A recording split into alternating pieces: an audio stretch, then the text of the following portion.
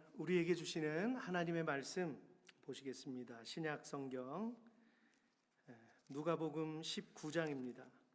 누가복음 19장 1절부터 10절까지 말씀입니다. 누가복음 19장 1절부터 10절까지의 말씀, 제가 한 절, 여러분 한 절 교독하시겠습니다.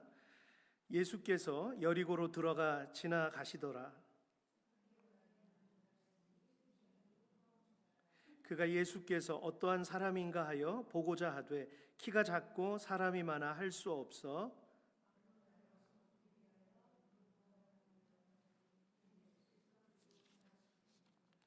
예수께서 그곳에 이르사 쳐다보시고 이르시되 삭개오야 속히 내려오라 내가 오늘 내 집에 유하여야 하겠다 하시니 무사람이 보고 수군거려 이르되 저가 죄인의 집에 유하러 들어갔도다 하더라.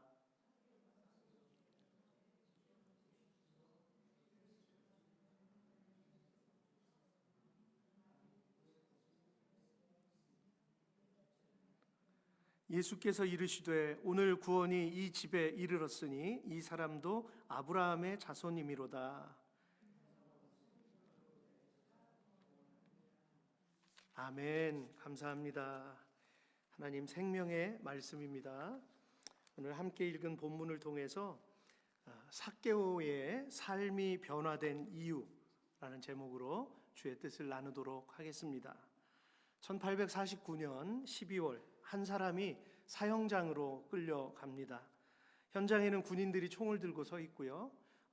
그보다 앞서 있던 한 세 사람 정도의 그런 죄수들이 온몸이 묶인 채로 눈이 가리워지고 이제 죽기만을 기다리고 있습니다. 이 사람에게도 눈가리개가 씌워지고 총성이 울리기 직전 갑자기 한 사람이 뛰어들어오며 외칩니다. 황제의 특별 사면이다 라고 외쳤어요. 그 순간 이 도스토예프스키는 내가 지금까지 살아온 모든 시간이 얼마나 헛된 것이었는가, 바로 이러한 것을 깨닫게 되죠. 그는 훗날 이렇게 회상했다고 합니다. 그 순간 나는 인생의 매 순간을 얼마나 소중하게 여겨야 하는지를 알았다. 인생의 단 한순간, 단 한 호흡이라도 헛되이 보내지 않으리라. 이때부터 그는 단순한 지식과 이성으로 사는 사람이 아니라 하나님의 섭리로 살아가며 매 순간을 하나님께서 주신 생명의 신비를 바라보며 그가 고민하는 그러한 사람으로 이제 변하게 됩니다. 그에게 내려진 형벌이 있었어요. 그것은 시베리아 감옥에서 이제 4년 동안의 옥고를 치러야 하는 과정입니다. 그가 혹독한 추위와 이 비참한 생활 속에서 오직 견딜 수 있었던 것은 하나의 재산이자 단 한 권뿐인 성경책이었어요. 그 성경을 읽으면서 예수 그리스도 외에는 희망이 없다라는 복음의 메시지를 강력하게 그가 받습니다. 그리고 그는 감옥 안에서 복음서를 반복해서 읽으며 예수 그리스도를 인격적으로 만났습니다. 훗날 그는 친구에게 이런 편지를 남겼다고 합니다. 만약 누군가가 내게 진리가 그리스도의 바깥에 있다고 증명한다고 해도 나는 그 진리를 선택하기보다는 그리스도를 따르겠다라고 그가 썼다고 합니다. 여러분이 잘 아시는 대로 이 도스토예프스키는 죄와 벌이라고 하는 그 유명한 작품을 남긴 철학자이자 작가였습니다. 여러분, 무엇이 그의 운명을 이렇게 바꾸어 놓았을까요? 그가 사형장에서 단 5분 사이에 5분이면 방아쇠가 당겨지는데 그 순간 황제의 사면이다라고 하는 그 큰 외침 소리에 그가 굉장한 충격을 받은 거죠. 내 생명이 일순간에 죽을 수도 있었는데 하나님의 이 놀라운 섭리로 내가 그 순간 살아났다라고 하는 것이 그의 마음에 깊이 새겨졌다라고 하는 것입니다. 오늘 저와 여러분이 읽은 본문에는 예수님을 만나고 그의 인생이 완전히 바뀐 또 한 사람의 모습이 나옵니다. 그는 깨끗하고 의로움을 뜻하는 자카이, 히브리어로는 자카인데요, 그가 삭개오라는 이름을 가졌어요. 근데 현실에서의 삶은 그가 유대 사회에서 가장 부패하고 죄인 취급을 받았던 세리였습니다. 그것도 세리의 우두머리였어요. 그래서 그가 로마인들의 녹을 먹고 그들에게, 쉽게 말하면 그들에게 붙어서 사는 그런 존재들이었잖아요. 그래서 그들의 힘을 믿고 무력을 행사하고, 또 정작 민족들에게는 외면을 당하고 또 비난을 받는 그러한 사람으로 살아가고 있었죠. 어느 날 삭개오가 여리고로 예수님께서 지나가신다는 소리를 들었습니다. 그래서 평소에도 예수가 누구인가라는 궁금증을 가지고 있던 그에게는 이것이 절호의 기회였던 것이죠. 그래서 소리나는 쪽으로 계속해서 달려갑니다. 예수님은 가난한 자들에게 말씀을 전하시고 병자들을 치료하시는, 그리고 우리가 읽은 이 앞장 18장을 보면 여리고 부근에서 한 눈먼 소경을 고치잖아요. 그는 바디메오였습니다. 이러한 이야기까지 그가 듣고 있던 차에 예수님께서 지나가신다는 소리를 듣고 뒤도 돌아보지 않고 계속해서 달려가죠. 그러나 여러분, 그의 앞에는 장애물이 있었습니다. 그것은 그는 키도 작았고 힘도 없었고 그 수많은 군중을 뚫고 나갈 수 있는 여력이 없었던 것이죠. 그런데 그는 그 근처에 있던 나무를 발견하고 그 나무 위로 올라갑니다. 그래서 거기서 숨어서 지켜보듯이 예수님을, 어떤 분이 예수님인지 살펴보게 되죠. 여러분, 열정이 있는 사람은 장애물이 있다고 해서 좌절하거나 낭망하지 않습니다. 아멘이시죠? 특별히 예수 그리스도를 내 주인으로 섬기는 이들에게는 인생의 장애물은 전혀 개의치 않게 되는 것입니다. 오직 내 눈엔 누구만 보여요? 예수 그리스도만 보이는 거죠. 그분이 내 생명이시기 때문입니다. 여러분, 누구나 믿음에 대한 관심은 가지고 있어요. 적어도 교회 문을 들어오고 나가는 사람들은 관심은 있습니다. 그러나 관심이 믿음으로 바뀌기까지는 그 장애물을 뛰어넘어야 되는 그 과정이 필요합니다. 그냥 여전히 관심만 가지고 생활하는 사람들이 있어요. 그러나 이것을 뛰어넘고 내 믿음의 주요 또 나를 온전케 하시는 이인 예수를 쫓아갈 수 있는 그러한 믿음의 분량에까지 우리는 자라가야 하는 것입니다. 관심을 가지고 있다고 해서 그것을 믿음이라고 우리가 착각해서는 안 될 것입니다. 로마서 10장 17절에서 분명히 말씀하세요. 믿음은 들음에서 나며 들음은 그리스도의 말씀으로 말미암았느니라. 삭개오가 소문만 듣고 있었어요. 관심은 가지고 있었어요. 그러나 그 다음 과정이 중요한 거잖아요. 그가 예수님을 향해 달려갔습니다. 예수님께 관심을 가질 뿐만이 아니라 그분이 어떤 분인지 알고 싶었고, 그분하고 한순간이라도 눈이 마주칠 수 있을까라는 기대감을 가지고 그는 군중을 헤치고 나아갔다라고 하는 것입니다. 말씀 앞에서는 의지가 필요하죠. 그래야 하나님을 경험하는 삶이 내게 있게 되는 것입니다. 하지만 안타깝게도 이 세대는요, 일상을 더욱더 바쁘게 만들어 버렸고요. 제가 초창기 캐나다 왔을 때만 해도 부활절이라든지 크리스마스라든지 추수감사주, 땡스기빙 데이 이런 날은요, 길거리가 휑했어요. 가게 문도 많이 닫았고요. 그런데 지금은 어떻습니까? 오히려 더 복잡하고 더 많이 사람들이 그러한 것에 이렇게 치우쳐가는 모습을 바라봅니다. 여러분, 예수에 대한 관심이 점점 사라져가고 있어요. 이 세대는 더 멀어지게끔 만들어가고 있습니다. 바쁘다는 것이 우리의 입에 붙어 있습니다. 그래서 정작 중요한 일에 대한 의지를 점점 더 약하게 만들어가는 그러한 세상이 되고 있고, 이런 세상 문화를 뒤에서 누가 컨트롤하고 있습니까? 마귀가 컨트롤하는 거예요. 이 공중의 권세 잡은 자들이 하나님으로부터 점점 멀어지게 하게끔 이 문화를 더 달콤하게 만들고 현란하게 만들잖아요. 눈을 뗄 수가 없는 거예요. 한국의 그 전철 타면 진 풍경이 전부 다 이렇게 숙이고 있는 거예요. 어느 순간부터 그렇게 됐어요. 그죠? 예전 추억을 회상해 보면 서로 그냥 소곤소곤 얘기하고 웃고 미소 짓고 하는 이런 모습들이 있었거든요. 근데 지금은 그냥 침묵 속에, 사람들과 같이 있으면서도 침묵 속에 이걸 바라보고 있는 것이, 이 세상이 왜 이렇게 돼 가는가라고 하는 것을 우리가 생각하게 만들죠.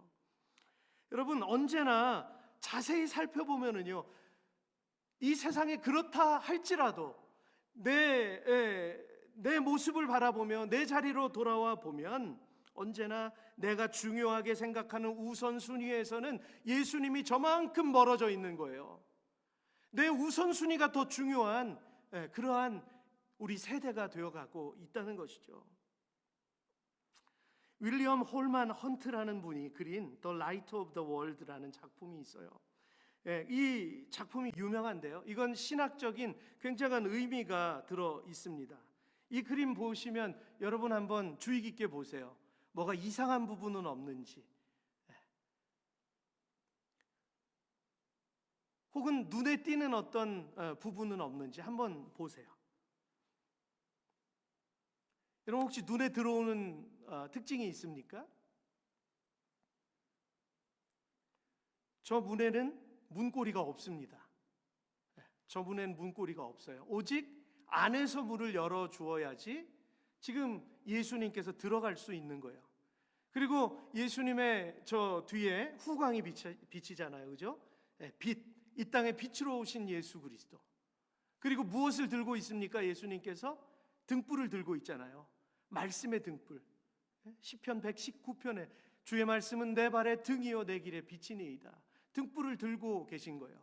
그리고 보면은 특징적인 게 저 문은 언제 열려져 있었는지 가늠하지 못할 정도로 앞에는 넝쿨이 다 빼곡하게 채워져 있는 것을 우리가 볼 수 있습니다. 여러분, 우리에게 아주 중요한 질문을 던지고 있는 것이죠. 예수님께서 요한계시록 3장 20절의 말씀에 이렇게 우리에게 선포하셨습니다. 볼지어다 내가 문 밖에 서서 두드리노니 누구든지 내 음성을 듣고 문을 열면 내가 그에게로 들어가 그와 더불어 먹고 그는 나와 더불어 먹으리라. 아멘. 오직 사람이 스스로 안에서 문을 열어 주어야 예수님께서 들어가실 수 있어요. 물론 하나님은 전능하십니다. 하나님의 형상으로, 하지만 우리가 지음을 받았기 때문에 우리는 인격적인 존재잖아요.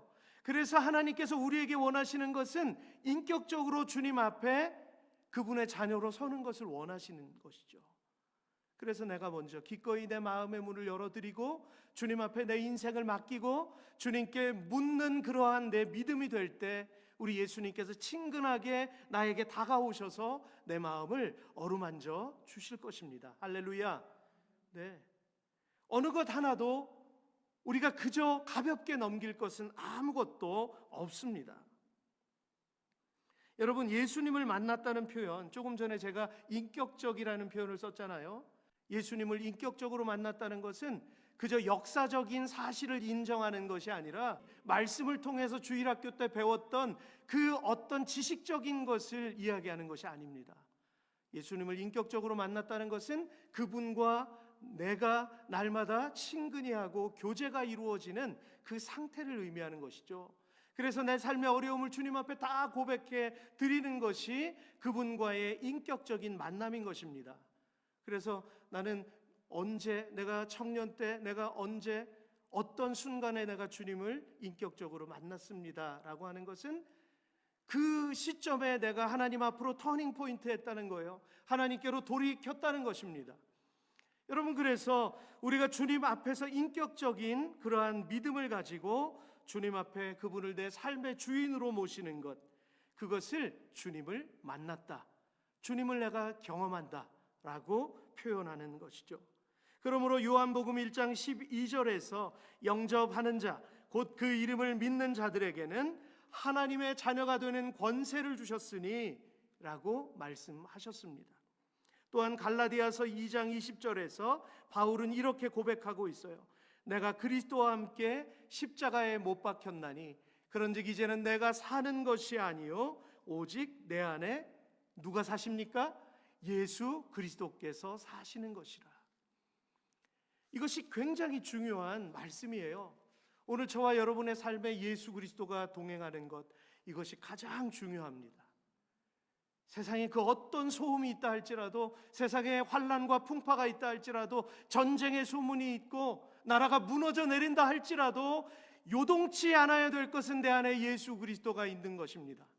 그래서 어느 순간에든지 주님으로 인해 내 마음은 요동하지 않고 평안함을 유지하는 것, 그것이 우리에게 진정한 의미인 것이죠. 여러분, 그래서 말씀을 들으려는 의지가 필요합니다. 삭개오는요, 그냥 자신의 바운더리, 선을 긋는 것에 머물러 있지 않고요, 예수님을 보려고 나무 위로 올라갔던 것입니다. 성도 여러분, 구원의 문은 누구에게든지 차별하지 않고 열려져 있지만 분명한 것은 예수님을 향해 적극적으로 열정을 가지고 나아가야 한다는 것입니다.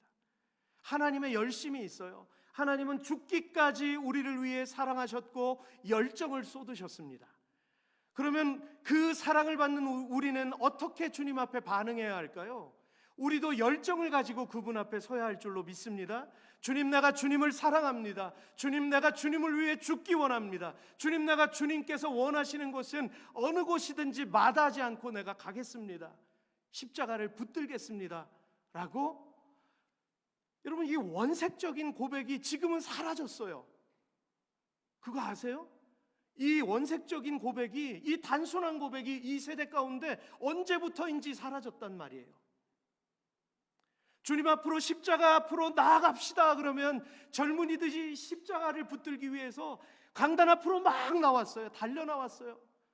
그리고 그들이 선교사가 되고, 그들이 목사가 되고, 그들이 과학자가 되고, 선생이 되고, 사회 곳곳에서 얼마나 많이 그리스도의 이름을 외치고 있는지 몰라요. 지금 이 세대에는 모든 건 다 갖춰져 있지만 우리 안에 예수 그리스도를 사랑하면 그 사랑하는 표현을 주님 앞에 올려드려야 되는데, 그것이 어느 순간에서부터인지 조심스러워졌고, 이것이 내 삶과 견주게 되는 그러한 시점에 이르렀다라고 하는 것입니다. 이것은 저에게도 늘 도전입니다. 오늘 중반을 지나서 이제 인생의 마지막을 향해 달려가는 저의 입장에서도 저는 예수 그리스도의 십자가가 내게 과연 어떤 것인지를 오늘 또 한 번 묻게 됩니다. 여러분, 예수님은 생명이십니다. 생명과 바꿀 것이 무엇이 있겠어요? 생명과 바꿀 것은 없습니다. 그러므로 오늘 이 복음서에서 예수님을 만나 변화된 사람들을 보시면 모두가 똑같은 공통점이 있습니다. 12년 동안이나 혈루증을 앓았던 여인은 율법적으로 부정한 여인이었어요. 왜냐하면 계속 하혈을 했기 때문에 사람들이 가기를 꺼려했고, 그녀는 가진 모든 것을 의사에게 허비했습니다. 그래서 인생에 남은 것은 아무것도 없었어요. 그러나 예수께서 주시다라는 이 소문을 듣고 그녀는 예수님을 향해 달려갑니다. 예수님 옷자락이라도 만지려고. 우리가 부르는 찬양 있잖아요. 주의 옷자락 만지며 주의 두 발을 씻으며. 옷자락을 만진 여인은 혈루증 앓았던 여인이고, 두 발을 씻은 여인은 그 마리아가 향유를 붓고 예수님 발에 입을 맞추고 주님 앞에 헌신하는 그러한 모습 아니겠습니까?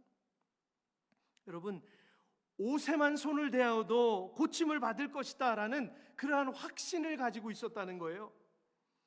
예수님은 그녀를 향해 내 믿음이 너를 구원하였다 이렇게 말씀하세요. 놀랍지 않습니까?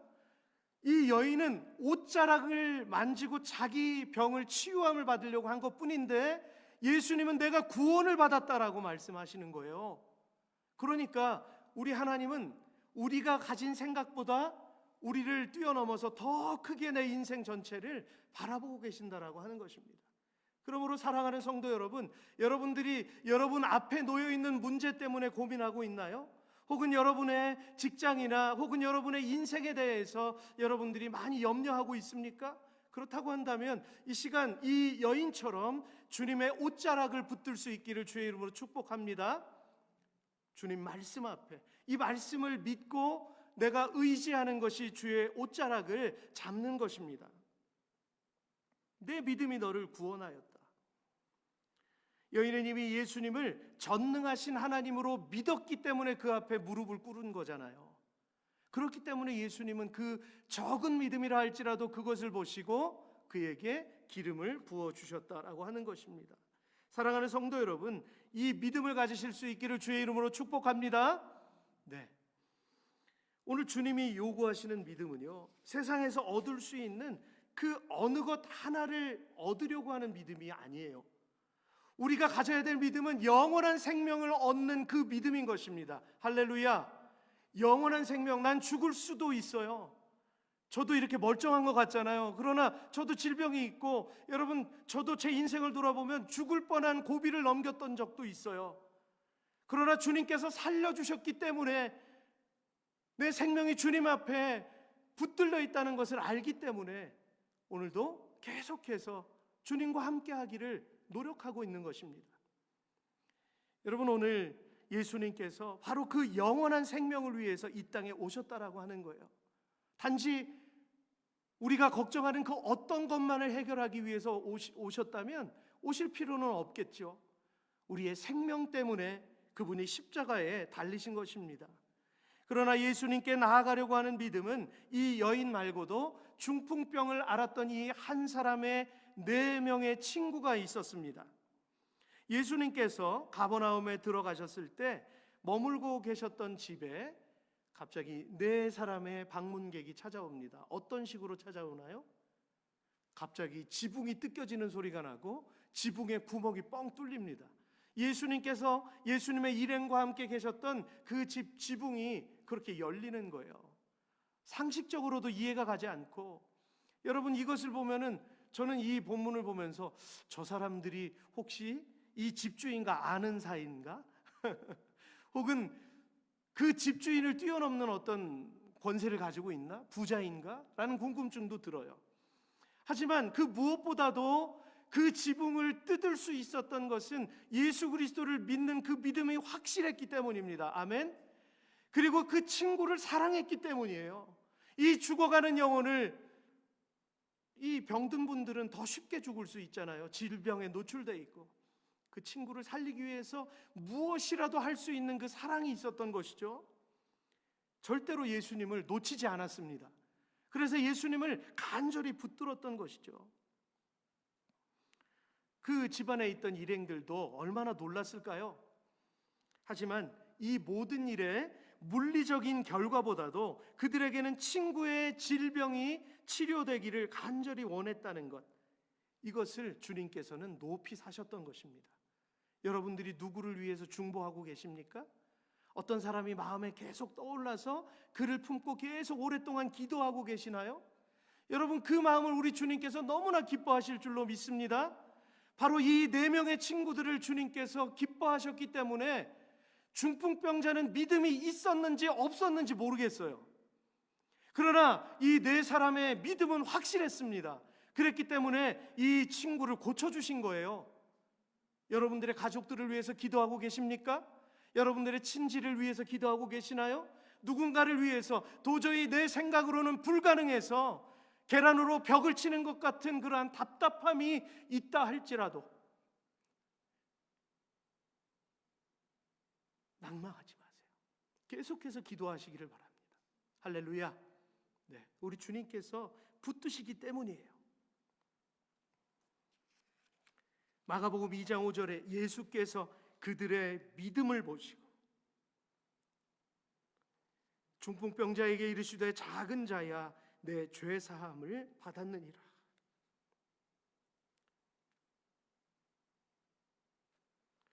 얼마나 귀하고 복된 믿음입니까? 사람들이 가지고 있었던 이 병자의 인식에 대한 편견을 완전히 깨트려 버리셨어요. 여러분, 그 당시에 병자들은 죄인이에요, 다. 그죠? 문둥병자도 죄인이고 중풍병자도 죄인이에요. 구약의 율법의 기준으로 보면 이 사람들은 다 죄인이라서 침 뱉고 가는 사람들이 많았지 그들을 긍휼히 여기는 사람들은 없었습니다.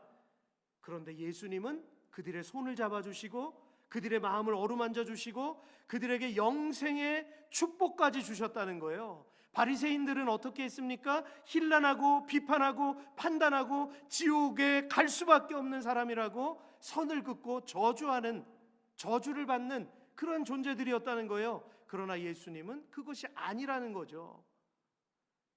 창조주이신 그 하나님께서 직접 오셔서 내가 너를 구원하였다라고 말씀하시는 것입니다.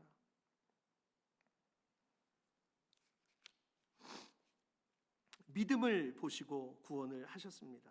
오늘 본문 5절을 우리말 성경으로 읽어드리겠습니다. 예수께서 그곳에 이르셨을 때 위를 올려다보며 삭개오에게 말씀하셨습니다. 삭개오야, 어서 내려오너라. 내가 오늘 내 집에서 묵어야겠다. 여러분, 예수님은 이미 삭개오의 마음을 알고 계셨습니다. 그가 문 밖을 나올 때부터 어쩌면 예수님은 알고 계셨을 거예요. 같은 히브리인들이 자신을 어떻게 바라보고 있는지, 그리고 자신이 살아가고 있던 방식이 사람들에게 비난을 받을지언정 여러분, 예수님은 그에게 손을 내미셨다는 거예요. 그런데 그는 내가 예수님 앞에 설 수 있을까? 예수님 과연 나하고 눈을 맞추실까? 도대체 그는 어떤 분이지? 라는 궁금증을 가지고 그가 예수님 앞에 섰을 때 예수님은 구원이 필요한 이 삭개오의 영혼을 바라보셨죠. 다른 것이 필요한 것이 아니라 그에게는 그의 삶을 움직일 수 있는 영혼의 구원이 필요했던 것입니다. 그래서 뭐라고 말씀하십니까? 내가 오늘 내 집에 유하여야겠다. 오늘은 내 집에 내가 머물겠다. 이렇게 말씀하시는 거예요. 아까 우리가 앞서서 그 유명한 그림 봤잖아요. 안에서 마음의 문을 열어줄 때 예수님께서 들어가시는 거예요. 예수님께서 초청하셨습니다. 내가 내 집에 머물기를 원한다. 그러니까 기꺼이 삭개오는 자신의 문을 열고 예수님을 초청합니다. 요한계시록의 말씀과 똑같잖아요. 그래서 예수님께서는 그 집에서 같이 드시면서 그를 축복하셨습니다. 사람들은 이 광경을 지켜보면서 그가 죄인의 집에 들어갔다라고 공공연히 외치고 있었어요. 죄인과 함께하는 사람, 저 사람이 선지자라고, 저 사람이 하나님의 아들이라고 막 수군수군 됐죠. 맞습니다. 죄인의 집에 들어가셨어요. 그러나 하나님께서는 그들의 입술마저도 사용하셨습니다. 할렐루야. 왜냐하면 예수님께서는 누가복음 5장 32절에 이렇게 말씀하셨기 때문이에요. 내가 의인을 부르러 온 것이 아니요 죄인을 불러 회개시키러 왔노라. 죄인을 위해 오셨다고 예수님이 말씀하셨습니다. 그렇기 때문에 돌들을 들어서 찬양을 받으시는 하나님께서 오늘 그 죄인들의 입술을 통해서 그대로 찬양을 받으시는 거예요.